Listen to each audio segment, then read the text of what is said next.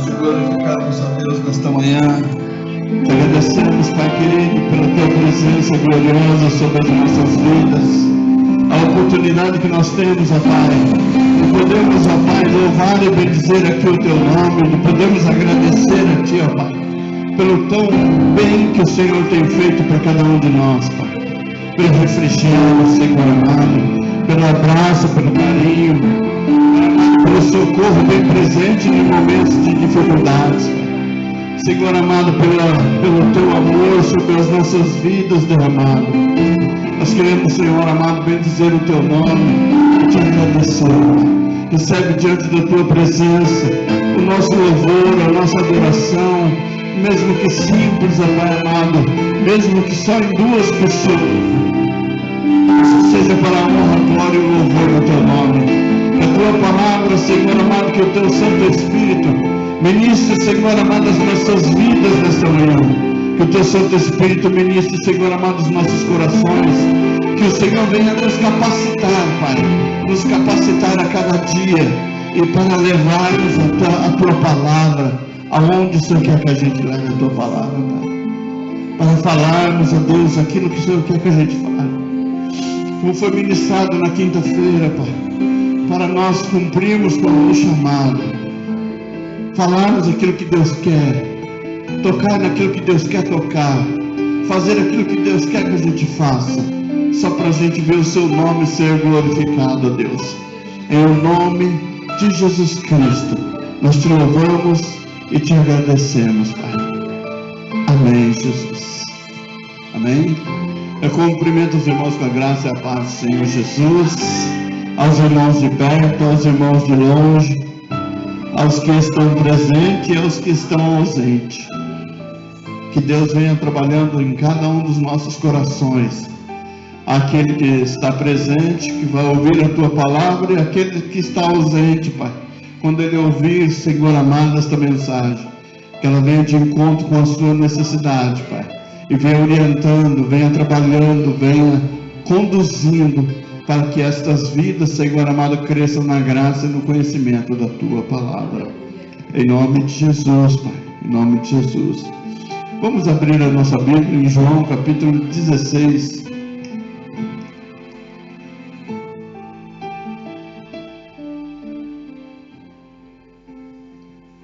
João 16. Se nós formos em 17, nós vamos ver a intercessão do Senhor Jesus. 15, ele fala sobre a videira. E no 16 ele começa, a Bíblia diz que é a continuação das últimas instruções aos seus discípulos. Nós vemos ali na Bíblia da pastora Néia, tudo vermelho, significa que Jesus falou bastante o tempo todo aí nesses capítulos, né? Olha só, ele falou, são as suas instruções. E uma coisa o Senhor me chamou a atenção ao longo dessa semana, que é a maneira como nós falamos dele, ou abordamos o Evangelho. Nós achamos que o muito falar nosso vai convencer as pessoas a acreditar no Deus que a gente acredita. A gente acha que o muito falar, que a gente tem o poder do convencimento. E o Senhor me trouxe alguns exemplos. Por exemplo, Jonas, ele foi até lá, lançou a palavra. Quem foi que mudou o coração das pessoas? Foi Deus. Nós tivemos experiência com pessoas usuárias de droga. Elas estavam aqui no meio da família, e a família falando um caminhão de coisas para essa pessoa. E esse caminhão de coisas, a forma como falava, não mudou o coração das pessoas. Mas quando essa pessoa ia para uma casa de recuperação, ela conseguia ficar bem, ela conseguia ficar saudável, ela conseguia crescer na graça, no conhecimento, e ficava até mais forte, mais gorda, mais alimentada. O prazer que ela tinha, então a maneira como se falava, e do que se falava na casa de recuperação? De Jesus. O Jesus é o alimento, ele é o pão vivo que desceu do céu. Então ele, sendo o pão vivo que desce do céu, ele nos orienta a dizer exatamente o que é para ser dito. E tem coisas que a gente fala que é fora de hora. Teve uma vez que eu falei aqui na igreja que aquilo que a gente fala pode até ser o certo, mas é a hora que está errada. Então nós precisamos do dia, nós precisamos da hora, nós precisamos do local e nós precisamos da palavra certa para falar aquilo que é a vontade de Deus, para que a gente alcance um objetivo, que é o coração. Então quando a gente fala sobre isso, a gente fala: Senhor, então quem é que convence o homem? Nós vamos ler, quem é que convence o homem? O Espírito Santo. E se o trabalho de convencimento é dele, por que a gente tenta fazer o trabalho dele? Por que a gente acha que o tanto que a gente fala é o que vai mudar o coração da pessoa? Às vezes nós precisamos fazer como nós temos feito, abrir mão do nosso eu, do nosso ego, para que Jesus possa fazer exatamente como Ele gostaria de fazer. Todas as pessoas que estavam condenadas pela sociedade, Ele abraçou. A mulher adúltera estava condenada à morte, Ele abraçou. O homem paralítico, 38 anos, deitado numa cama, pecador, Ele abraçou. O cego de Jericó, Ele abraçou. O homem com a mão atrofiada, Ele abraçou. A mulher corcunda, Ele abraçou. Ou seja, as pessoas que eram rejeitadas pela sociedade, Ele abraçou. O apóstolo Paulo, em 1 Coríntios, ele diz o quê? Que aqueles que não são, Deus iria chamar aqueles que não são como se já fossem. Ele iria confundir a sabedoria humana, trazendo pessoas para perto dele, pessoas que a sociedade rejeita. O drogado é rejeitado pela sociedade, mas é abraçado pelo Senhor. O bêbado, ele é rejeitado pela sociedade, mas ele é abraçado pelo Senhor. Aquele que tem defeitos físicos, ele é rejeitado pela sociedade, mas Deus abraça. Nós somos cheios de defeitos, enquanto cheios de defeitos somos abandonados pela família, abandonados pela sociedade, e o Senhor nos abraça. Então a maneira como nós fazemos a obra de Deus, ela precisa ser revista. Nós temos uma Bíblia chamada Revista e Corrigida. Então nós precisamos ler a Bíblia e rever também os nossos conceitos, que muitas vezes nós agimos, por isso que as pessoas falam do religioso. Quando nós falamos do religioso, nós pensamos no fariseu. E o seminário, ele disse assim que, o professor do seminário disse que o que o Evangelho produziu de melhor na sociedade foi o farisaísmo. Porque eram pessoas tementes a Deus. Eles erraram por cumprir demais aquilo que estava escrito. Então nós olhamos assim e falamos assim: não, o religioso é uma ótima pessoa, é o que o Evangelho produziu de melhor nos dias de hoje.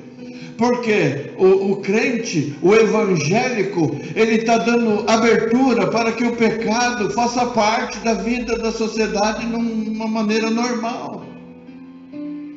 Então ele também não quer se dar ao luxo ou ao trabalho de confrontar o pecado. Nós não temos que alisar o pecado, nem concordar com o pecado. Porque a palavra de Deus diz que ele é contra o mundo e é contra aquele que se associa ao mundo. E se nós nos associarmos ao mundo, nós vamos estar contra Deus. Estar contra Deus é prejuízo para as nossas vidas. Então nós precisamos aprender no Senhor Jesus como fazer a obra dele. Porque se a gente for olhar nos dias de hoje, falar assim, o Misael é a razão e a Neia é o amor, é o carinho. Então é só a gente observar a nossa vida, que as pessoas vão entender que, como razão, você vai em cima do que está escrito. E como emoção, você vai em cima daquilo que você está sentindo. E Jesus, muitas vezes, ele agiu dentro daquilo que ele sentia, não do que ele conhecia. Daquilo que ele conhecia, ele falava com quem sabia. Com quem não sabia, ele trazia o sentimento. O amor, o carinho, o respeito, a cura, a libertação, a transformação. Então ele confrontava quem deveria ser confrontado, mas ele amava quem deveria ser amado. Então nós dois, nós representamos muito bem essa fase. Que Jesus, na hora de falar com autoridade, na hora de transmitir a palavra com autoridade, é isso, é você chegar e levanta o Misael para falar. Agora, quando você quer carinho, quando você quer amor, quando você quer abraço, você levanta a pastora Né para falar. Porque são duas pessoas diferentes, mas que Deus uniu com um propósito, de transmitir a razão e a emoção. Amém? E Deus tem feito isso nas nossas vidas. Então vai ter pessoas que vão precisar ser confrontadas. E nós estamos vendo isso, passando por isso. Pessoas que nós precisamos ir até ela e falar realmente o que ela precisa. Mas a hora precisa ser a hora certa.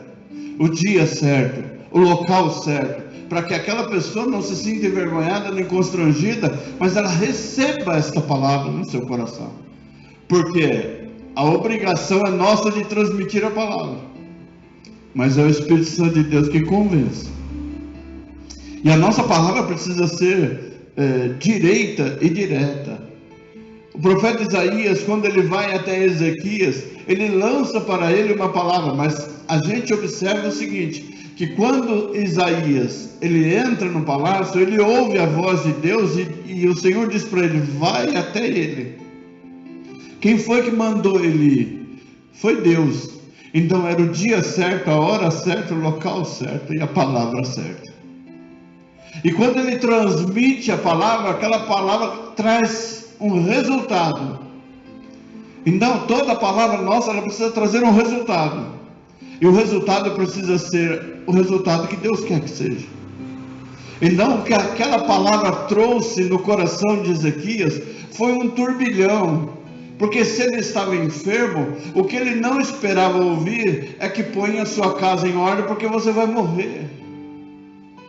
Porque ele esperava que o fato de ser rei e de tudo aquilo que ele fez pudesse alterar alguma coisa no ciclo da sua vida. Mas nós entendemos biblicamente que não foi isso que aconteceu. Por mais que ele falasse, por mais que ele colocasse diante de Deus e fizesse um relatório para Deus, nada disso mudou o que Deus pensava sobre ele. Mas a palavra do profeta ao seu coração foi, põe em ordem a sua casa, porque certamente morrerás e não viverás. Então aquela palavra trouxe dentro dele um turbilhão. Então o profeta não ficou ali martelando aquela palavra, ou seja, ele transmitiu aquela palavra, depois ficou martelando aquela palavra em cima. Eu não te avisei, eu falei que era para você fazer assim, você não fez, olha, faça isso. Não, ele só lançou esta palavra e deixou o rei lá. Agora o tempo que se leva de falar para o rei, descer e sair dos aposentos reais e encontrar a saída do palácio, quanto tempo isso demora? Mas foi o tempo do rei dizer diante de Deus, olha como eu tenho trabalhado, como eu fiz a justiça diante de ti. Ele começa a falar um monte de coisa e depois ele chora, e o choro dele foi que mudou. Mas o que me traz à memória é que a palavra do profeta que surtiu efeito. Então ele foi lá e lançou a palavra. O Espírito Santo de Deus foi quem trouxe o juízo na cabeça do rei e fez com que ele refletisse. Então dentro dele surtiu um efeito aquela palavra, do convencimento, do erro, de se humilhar diante de Deus, de buscar em Deus a solução. Então muitas vezes nós queremos transmitir a palavra, mas esta palavra, ela vem com requintes de crueldade. Que palavra bonita, requintes de crueldade. Ou seja, a pessoa transmite a palavra mesmo que seja profética, mas como se ela estivesse torcendo para que aquilo acontecesse. Por exemplo, transmitir uma palavra nos dias de hoje para uma pessoa que está deitada no hospital, põe a sua casa em ordem, porque certamente morrerás, não viverás. Que prazer existe nessa palavra, de você dizer que a pessoa vai morrer? Não existe prazer nenhum em transmitir esta palavra, mas ela precisa surtir um efeito. Então essa palavra na boca do profeta não pode ter requintes de crueldade, nem sentimento de vingança. Ela precisa vir nutrida e alimentada pelo poder glorioso do Senhor e Salvador Jesus Cristo. Ela precisa vir repleta, cheia do Espírito Santo de Deus, para que a palavra surta o efeito necessário dentro dos corações. E muitas vezes nós vamos precisar deixar a razão de lado e também entrar na emoção. E fazemos no emocional. Ou seja, sentir a dor da pessoa, sentir o que ela sente. Não é passar, porque a gente não vai nunca conseguir passar o que as pessoas passam, mas sentir, pelo menos fazer um esforço para a gente sentir. A palavra de Deus diz que é para a gente interceder pelos presos, como se estivéssemos presos junto com eles. Interceder por aqueles que estão enfermos, como se estivéssemos parecidos com eles. Então nós não colocamos as nossas vidas dessa forma. Nós colocamos do jeito que nós queremos, como humanos, cheios de si e achando que somos donos de toda a verdade, aonde podemos falar aquilo que a gente quer, do jeito que a gente quer, e aquilo não surte efeito nenhum positivo, só surte negativo, só afasta as pessoas de Deus. Então essas palavras, é como nós ouvimos aquela mensagem do dia 15 de março de 2020, é uma palavra dura, onde lá em 2020 o Senhor falava sobre conserto, antes de começar a pandemia, dias antes, 15 dias antes de começar a pandemia, que Deus estava requerendo um conserto de quem estava aqui dentro da igreja, não é de quem estava fora, de quem estava dentro. E muitas coisas ainda vão acontecer, e o nome do Senhor será glorificado. Muitas coisas ainda virão, porque muitas pessoas ainda não entenderam o que Deus está fazendo sobre a face da terra. As pessoas não entenderam que a igreja, ela não é daqui, ela é celestial, ela é uma embaixada do céu na terra. Então a igreja precisa entender que nós não caminhamos conforme o mundo caminha, nós somos do Senhor e Salvador Jesus Cristo, nós temos que caminhar como Ele caminha, nós temos que fazer aquilo que é a vontade dEle. Nós temos que ser o exemplo na terra. Nós temos que fazer cumprir a sua vontade sobre as nossas vidas. Quando Pedro se afasta de Jesus no momento da sua condenação, as pessoas dizem para ele: você é igual a ele. Você era seguidor dele, nós somos seguidores de Cristo. Nós somos servos de Deus, então é inadmissível que alguém se levante contra a igreja, e a própria igreja apoia quem se levanta contra ela. É inadmissível. A igreja não pode concordar, eu como pastor não posso concordar a crítica a um pastor. Eu não posso ser aquele que vai se juntar e pegar a pedra e tacar também.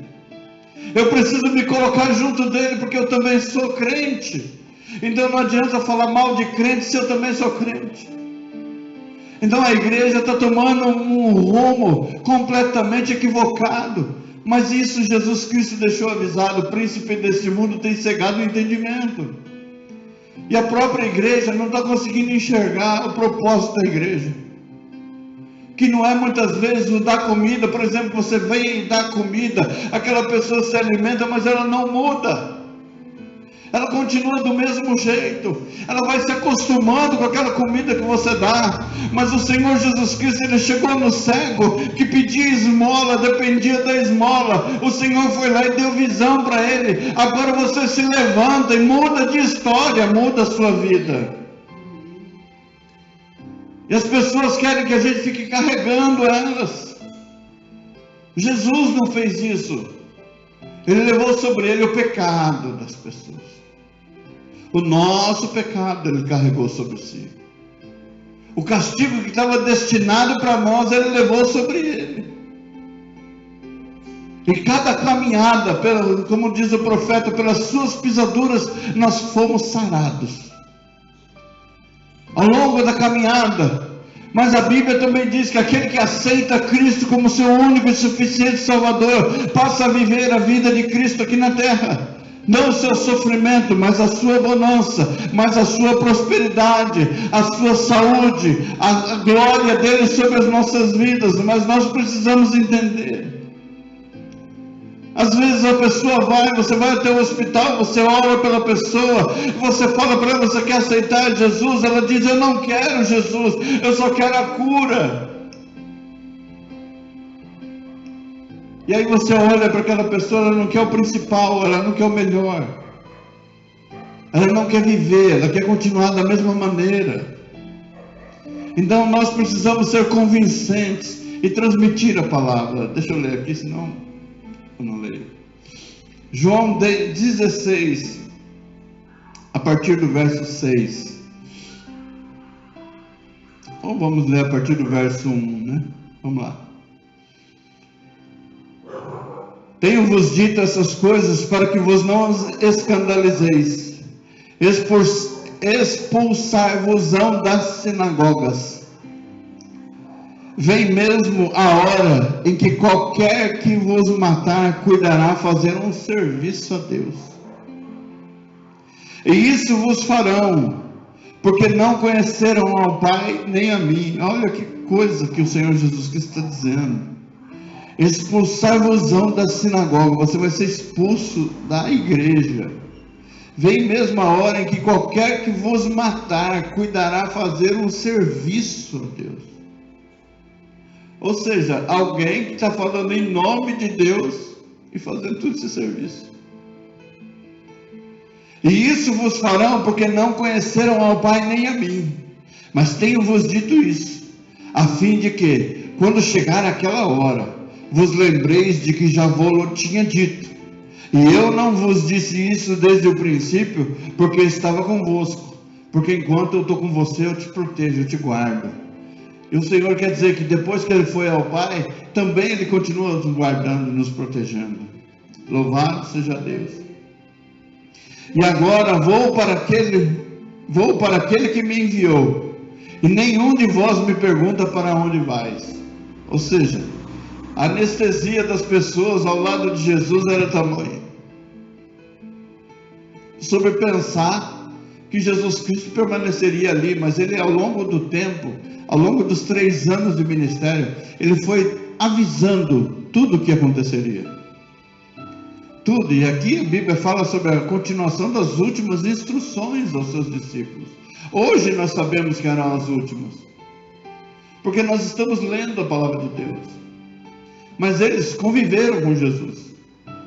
Então aquelas palavras, algumas pessoas se apegam tanto, que ela fala assim, eu não acredito que essa pessoa vai deixar a gente. Eu não acredito que essa pessoa vai partir. Ela é tão boa de coração, ela faz tanto bem. Ué, se ela faz tanto bem, não é o lugar dela, não é aqui. Tem que descansar, se ela faz tão bem, ela precisa fazer, ela tem que estar com Cristo. Então Jesus, as pessoas olhavam para ele e falavam assim, nossa, mas eu não acredito que ele está falando desse jeito. É a mesma coisa quando a pastora fala sobre morte. A pessoa fala assim, não, mas por que ela está falando sobre morte? Porque a morte é uma certeza de que todo mundo vai passar por ela. O nascimento, todo mundo nasce. E a Bíblia fala que tem tempo para nascer e tem tempo para morrer também. E há um tempo diante de Deus para todas as coisas. E para Jesus, o seu ministério durou 3 anos. Ele não tinha uma igreja onde ele pudesse reunir o povo. Também não caberia. Se ele fosse escolher um lugar para poder abrigar as suas ovelhas, nenhum aprisco na terra caberia às ovelhas de Jesus. Até hoje é pior ainda. Então as pessoas olham assim, olha, ele acomodou a sua igreja dentro do mundo, porque no mundo a igreja dele cabe. Porque se ele tivesse que escolher um salãozinho, não caberia. Salãozinho de 40 pessoas, não caberia 300, 400, 500 milhões de pessoas no mundo que proferem esta fé. Então, as pessoas precisavam entender este propósito. Verso 5 diz assim: agora vou para aquele que me enviou, e nenhum de vós me pergunta para onde vais. Antes, porque isso vos tenho dito, o vosso coração se encheu de tristeza. Todavia digo-vos a verdade, que vos convém que eu vá, porque se eu não for, o Consolador não virá a vós, mas se eu for, enviá-lo-ei. Ou seja, Jesus estava dizendo assim: se eu não for, ele não vem. Quanto mais tempo ele demorar, mais tempo demora para vir. Então Jesus precisava cumprir com o seu propósito, para que quando ele subisse aos céus, ele enviaria o Consolador. Deus Pai, o Criador, Jesus, o Filho, o Libertador, o Espírito Santo, ele é o ministrador das bênçãos que o Pai e o Filho enviaram. Ele veio como a terceira pessoa da Trindade para estar no nosso meio, porque o Senhor sempre quis estar no nosso meio. No Velho Testamento, Moisés montou ali um tabernáculo, e o Senhor se fez presente ali. Depois Salomão constrói um templo, e o Senhor se fez presente ali. O templo é destruído, e o Senhor escolhe habitar dentro do coração. Jesus, como pessoa humana, não caberia dentro do nosso coração, mas Ele envia o Espírito Santo da promessa para habitar dentro do meu e do seu coração, para de dentro para fora fazer uma revolução na nossa vida, para que todo aquele que aceite a Cristo, aceita também o Espírito Santo dentro do seu coração. E aí é que começa o convencimento do pecado, da justiça e do juízo. Louvado seja Deus. Verso 8 diz assim: e quando ele vier, convencerá o mundo do pecado, e da justiça e do juízo. Se as pessoas não conseguiram se converter ainda, é porque elas ainda não receberam o Espírito Santo. Porque se recebesse o Espírito Santo, eles já estariam convencidos do seu pecado. Porque nós não temos a capacidade de convencer as pessoas. Olha, você precisa ser crente. Quem foi que nos convenceu a ser crente? O Espírito Santo. Quem foi que mudou a nossa vida? Foi o Espírito Santo. Então as pessoas precisam buscar o Espírito Santo. Eu ouvi o testemunho do pastor Paulo Júnior, onde ele estava falando assim sobre o desejo dele de ser batizado com o Espírito Santo. E ele disse que ele não conseguia. Ele ficou de jejum 3 dias direto, sem comer, sem beber, sem nada, quase morreu. E nada aconteceu. Mas ele sentia que ele tinha que receber algo direto de Deus. Ele sentia que Deus tinha algo para ele, mas ele não conseguia alcançar. Até que o dia que ele foi batizado com o Espírito Santo, e dali ele ficou 40 minutos falando em línguas que ele não entendia. Ele falou a língua dos anjos. Ele falou: falei em alemão, falei em russo, falei em várias línguas que eu não conhecia, porque Deus tinha um propósito. Hoje que ele está vivendo o propósito que ele sonhou em 2002. Hoje que ele está vivendo isso. Mas o Espírito Santo de Deus precisou entrar dentro do coração dele para convencê-lo do seu pecado. E muitas pessoas não mudam. Por que as pessoas, elas vêm e vão, vêm e vão, vêm e vão? Porque não recebeu o Espírito Santo no seu coração. Porque se receber, vai haver libertação, vai haver transformação, vai haver cura. E a gente precisa disso.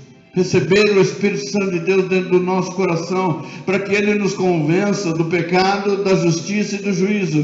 Do pecado, porque não crê em mim. O pecado faz com que a pessoa não creia em Jesus. E crer é acreditar, e acreditar é fé. E a palavra de Deus fala que a fé é o firme fundamento, é a base. Então você precisa acreditar que Jesus Cristo foi enviado para morrer por nós. Você precisa acreditar nisso. Você tem que acreditar. para que o Espírito Santo de Deus entre dentro do seu coração e te convença do seu pecado e mude a sua história. Porque no verso 6 de Hebreus 11, a palavra de Deus diz o quê? Porque é necessário que aquele que se aproxima de Deus creia que Ele existe. Você crê que Jesus existe? Você crê que Deus existe? Só que Ele não existe na forma como você imagina. Você vai imaginar que é através de uma imagem, você vai imaginar que é através de algo que você está vendo. Não, é algo que você não vê, mas você sente. Então é necessário que você creia que Ele existe. E segundo, que Ele traga a recompensa pelo fato de você crer. Então o Espírito Santo de Deus é a mudança da nossa vida. É tirar dos nossos corações toda a enfermidade, porque nós temos um coração enfermo. Porque quando chegamos diante do Senhor, veja o coração. Essa madrugada a Aninha me acordou, me chamou lá e falou assim: vô, eu quero que você me mostre onde está escrito a oração do Pai Nosso, porque eu quero ler esse pedaço. Eu fui lá e peguei e mostrei para ela, dei para ela, ela pegou a Bíblia, levou lá para a sala e ficou lá lendo. O Espírito Santo de Deus, ele vai trabalhar e ele vai convencer, mas o coração dela é puro. Não existe maldade no coração de uma criança. Agora, no coração de adulto, existe maldade. O coração é enfermo. O coração não sabe fazer o bem. Nós não sabemos fazer o bem. Porque nós achamos que o bem que a gente faz, ele precisa ter obrigatoriamente uma recompensa de quem recebeu. Então nós não sabemos fazer o bem. Porque Jesus, ele fez a obra, ele fez algo para nós sem exigir uma recompensa. Porque quanto pagaríamos pela nossa salvação? Quanto pagaríamos pelo direito de entrar no céu? Qual seria o preço desse ingresso? Sendo que Ele trouxe para nós, isso foi gratuito, foi de graça. De graça, Ele nos deu a salvação de graça, mas Ele pagou um preço, e o preço dessa salvação foi a vida. Ele derramou o seu sangue em nosso favor, para que nós tivéssemos o direito a essa salvação, a ter o nosso nome escrito no livro da vida. Nós não éramos filhos, mas agora nós somos co-herdeiros com Cristo, ou seja, nós somos herdeiros da mesma promessa, e nós podemos viver em Cristo. E todo aquele que é enxertado nessa oliveira verdadeira, vai receber tudo que tem dessa oliveira verdadeira, toda a vitamina, e Ele vai trazer cura ao nosso coração enfermo. Ele vai nos ensinar a fazer coisas que a gente não faria, a estender a mão para quem a gente não estenderia. Ou seja, a viver em Cristo significa fazer aquilo que Cristo faria. Se Jesus estivesse aqui, como é que Ele agiria nessa circunstância? Se Jesus fosse membro da Giovanici, Ele viria só para não deixar a gente sozinho, por causa da maneira como Ele vê. Olha que coisa interessante, né? Imagina eu pregando para Jesus, é admissível isso. Mas o sentimento, eu quero falar sobre o sentimento. Ele não deixaria, como Ele diz: eu não vou deixar vocês sozinhos, eu vou enviar o Consolador, o Espírito Santo, Ele virá sobre vocês, eu não vou te deixar sozinho. Então, mesmo que aparentemente você esteja só, você não está só, porque o Senhor está presente. Ele está aqui comigo e com você. Não estamos sós. Se estivéssemos sós, estaríamos chorando, abandonados, chamando a atenção das pessoas: olha, por favor, me dê uma esmola. Nós não estamos pedindo esmola para ninguém. Nós estamos aqui adorando ao Deus vivo e poderoso, a um Deus que pode todas as coisas. E eu poderia convidar as pessoas: olha, venha adorar o Deus que nós adoramos, porque se preparássemos um almoço as pessoas viriam, se preparássemos um café as pessoas viriam, mas por causa do Senhor as pessoas não vêm. Louvado seja Deus por isso. Não, as pessoas precisam entender dessa forma. Jesus agiria dessa forma: não vou te deixar sozinho, como ele disse, eu não vou deixar vocês órfãos, eu vou continuar junto com vocês, eu estou só instruindo vocês como é que vocês devem agir.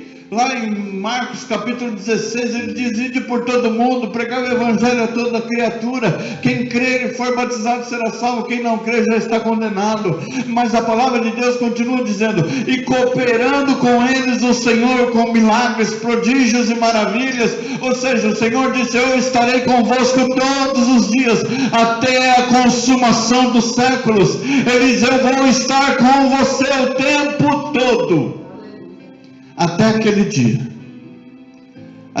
dia de nós encontrarmos com o Senhor Jesus Cristo nas nuvens, até o dia do arrebatamento da igreja, até o dia dele dizer assim: assim para você também está consumado, está feito.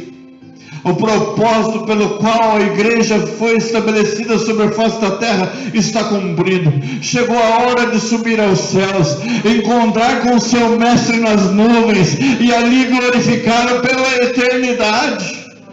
Aleluia, bendito seja o teu nome. Da justiça, porque vou para meu Pai e não me vereis mais. E do juízo, porque já o príncipe deste mundo está julgado. Ou seja, ele estava querendo dizer que o que tinha que ser feito já tinha sido feito. Satanás, ele já está julgado por esta palavra. Ele já foi condenado. Eu gosto de assistir alguns filmes, porque todos os filmes, seja ele Star Trek, seja ele Transformers, ou igual tem aquele que eu assisti, que eu até comentei com você sobre, eu tenho que assistir esse filme, o Homem-Formiga, Quantum Mania, um negócio assim, e ali mostra no começo do filme, um personagem caindo, aonde eles falam lá, se é um lugar lá, eu esqueci o nome, e naquele lugar, depois, lá na frente, que a gente vai saber, é que aquele cara que cai no começo, é o diabo. É o diabo. E aquilo aonde está o campo, não é isso, mas eu vou falar isso. O campo aonde se trava toda a batalha é a mente. É a mente. Aonde a luta maior é contra aquilo que já está estabelecido. Por exemplo, num reino, ali tem um ditador ou tem uma pessoa que se julga a mais poderosa. Para que você invada, para que você tome posse daquele reino, você vai ter que vencer o gigante que está lá. Você vai ter que vencer o maligno. Você vai ter que destruir ele, destronar ele, para colocar algo melhor no seu lugar. E no nosso coração é assim. É um campo de batalha. Existe um reinado de Satanás estabelecido no coração das pessoas, e você precisa lançar algo maior, mais poderoso sobre aquele coração, para que aquela vida tenha liberdade.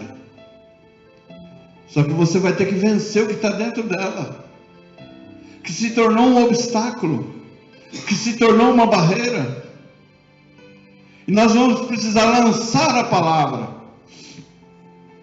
A palavra de Deus diz assim, que o Espírito Santo de Deus, ele visita a junta da medula, ele vai na divisa da alma com o Espírito, e tem o poder de discernir o pensamento humano. Então nós precisamos lançar uma palavra tão certa, tão correta, que ela alcance a divisa da alma com o Espírito.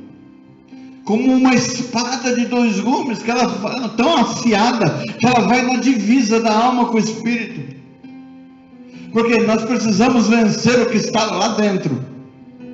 É o que está dentro das pessoas que está fazendo mal para ela. O coração dela está doente. Então é necessário que o Espírito Santo de Deus entre dentro deste coração e torne ele saudável, para que o nome do Senhor seja glorificado, para que haja mudança. Porque quanto mais Bíblia, quanto mais louvor, quanto mais a graça de Deus, o Espírito Santo no coração, mais saúde vai ter. Muitas pessoas estão com os seus ossos doendo, muitas pessoas estão com a sua carne doendo, porque o seu coração está doente. Porque se o Senhor curar o seu coração, o seu corpo ficará saudável. Creia nisso nessa manhã. Se o Senhor entrar no seu coração, Ele tornará a sua vida saudável, e o nome dEle poderosamente será na sua vida, será glorificado sobre a sua vida. E nós louvamos a Deus por esta manhã, nós engrandecemos o teu nome. A palavra de Deus no João 15, a partir do verso 15, diz assim: já vos não chamarei servos, porque o servo não sabe o que faz o seu Senhor, mas tenho-vos chamado amigos, porque tudo quanto ouvi de meu Pai vos tenho feito conhecer. Não me escolhestes vós a mim, mas eu vos escolhi a vós, e vos nomeei, para que vades e deis fruto, e o vosso fruto permaneça, a fim de que tudo quanto em meu nome pedirdes ao Pai, Ele vos conceda. E isto vos mando, que vos ameis uns aos outros. Se o mundo vos aborrece, sabei que primeiro do que a vós, me aborreceu a mim. Se vós fosseis do mundo, o mundo amaria o que era seu, mas porque não sois do mundo, antes eu vos escolhi do mundo, por isso é que o mundo vos aborrece. Lembrai-vos da palavra que vos disse: não é o servo maior do que o seu senhor. Se a mim me perseguiram, também vos perseguirão a vós. Se guardarem a minha palavra, também guardarão a vossa. Mas tudo isso vos farão por causa do meu nome, porque não conhecem aquele que me enviou. Se eu não viera, nem lhes houvera falado, não teriam pecado, mas agora não tem culpa do seu pecado. Aquele que me aborrece, aborrece também a meu Pai. Se eu, entre eles, não fizesse tais obras, quais nenhum outro tem feito, não teriam pecado. Mas agora viram-nas e me aborreceram a mim e a meu Pai. Mas é para que se cumpra a palavra que está escrita na sua lei: aborreceram-me sem causa. Mas quando vier o Consolador, que eu da parte do Pai vos hei de enviar, aquele Espírito da verdade que procede do Pai, testificará de mim, e vós também testificareis, pois estivestes comigo desde o princípio. Amém? Louvado seja Deus. Vamos colocar de pé. Aleluia, Jesus. Senhor Deus Todo-Poderoso, Pai amado, nós te agradecemos nesta manhã, nós bendizemos o teu nome, Pai. Nós te louvamos, ó Pai amado, por tudo aquilo que tu tens feito, e por tudo aquilo, Senhor amado, que tu vais fazer através da tua palavra. Nós, Senhor amado, engrandecemos o teu nome, agradecemos a ti por tudo, Pai. Senhor amado, que através desta palavra, vidas, Senhor amado, sejam alcançadas pelo teu mover, vidas, ó Pai querido, sejam tocadas pelo teu agir, Pai. Que o teu nome, Senhor amado, seja manifesto, que o teu nome seja engrandecido, Pai amado, que os corações sejam sarados, que as pessoas permitam, ó Deus, que o teu Santo Espírito entre dentro do seu coração, para convencê-lo, Senhor amado, do pecado, da justiça e do juízo. Pai amado, para que o teu nome, ó Deus, sobre cada vida seja glorificado, cada vida que porventura tenha ouvido esta mensagem nesta manhã, Pai, que o teu nome, Senhor amado, seja sobre ela glorificado, que ela tenha o seu coração sarado, que o teu nome seja engrandecido sobre ela, sara o seu corpo, sara a sua vida, sara a sua família, e o teu nome seja engrandecido. É o que eu te peço, Pai, nesta manhã, e te agradeço em nome de Jesus Cristo. Amém, Jesus. Amém. E que a graça do nosso Senhor e Salvador Jesus Cristo, o amor de Deus, o nosso Pai, a comunhão e a consolação do Santo Espírito de Deus esteja com a igreja vitoriosa de Jesus Cristo aqui reunida, e todos os irmãos digam amém. Está encerrado em nome de Jesus. Cumprimento o seu irmão com a paz do Senhor, por gentileza do pastor. Amém. Se sobrar um abraço, me dê.